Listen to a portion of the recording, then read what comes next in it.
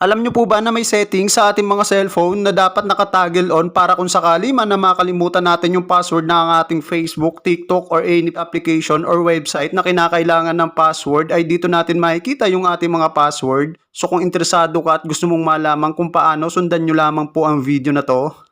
Open lang natin yung settings ng ating cellphone.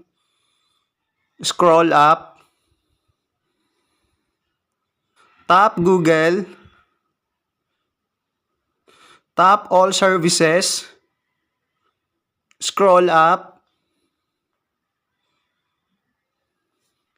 And then tap autofill with Google.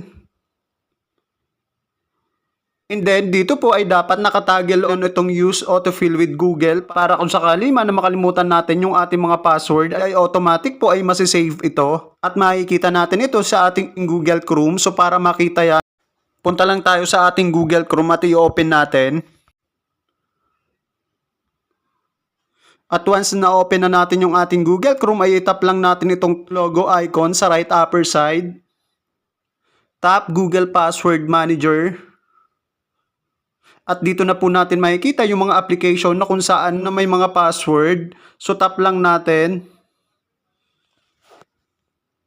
At dito na po natin makikita yung kanilang password na isinave natin sa ating Google.